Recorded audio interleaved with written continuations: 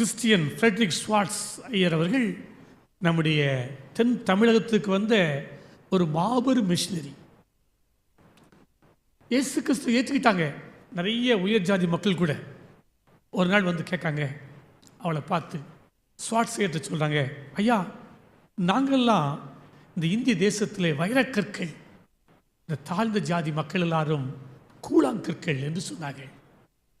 நாங்கள் எல்லாரும் வைரக்கற்கள், தாழ்ந்த ஜாதி மக்கள் எல்லாரும் என்ன மக்கள்? கூழாங்கற்கள். அவருக்கு கோபம் வந்துச்சு. அவர் சொன்னார், நீங்கள் எல்லாரும் கிறிஸ்தவர்களாக வாழுங்கள், வைரக்கல்லாகவும் கூழாங்கல்லாகவுமே இன்னும் உட்கார்ந்துருக்காருங்க, நீ கிறிஸ்தவளாக வாழுங்க.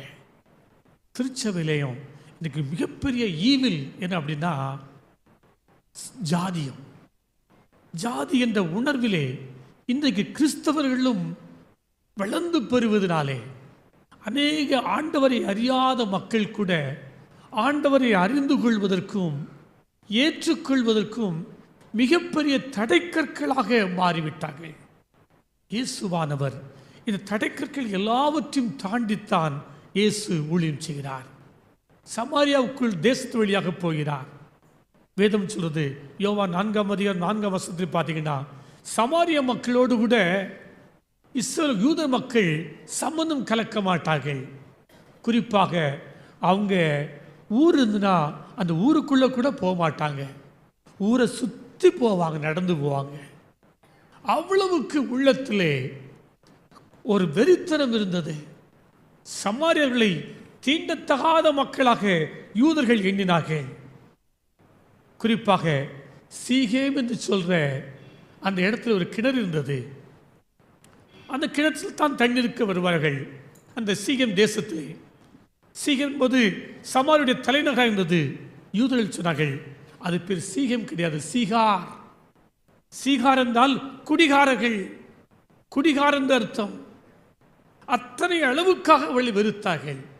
ஆனால் இயேசுவோ அந்த சமாரிய பெண்ணிடத்தில் பேசுகிறார், ஜீவ தண்ணீரை கொடுக்கிறார். இந்த சமாரிய மக்கள் எல்லாரும் இயேசு கிறிஸ்துவை இரட்சகராக அறிந்து கொள்வதற்கு அது சரியான வாய்ப்பை பயன்படுத்தி கொண்டார்.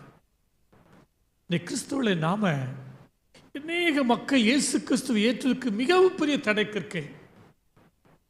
99 ஆடுகள், இன்றைக்கு ஒரு ஆடு கூட திருச்சபைக்குள்ள வரக்கூடாது, கவனமா இருக்கு.